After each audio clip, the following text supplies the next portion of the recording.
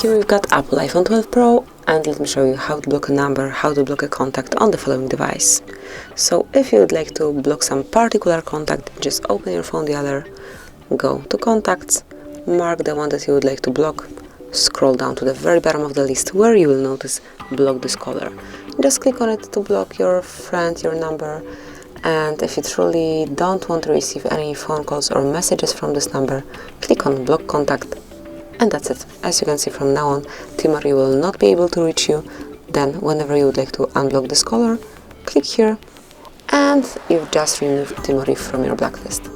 And this is it. That will be all. Thanks for watching. Please subscribe our channel and leave the thumbs up.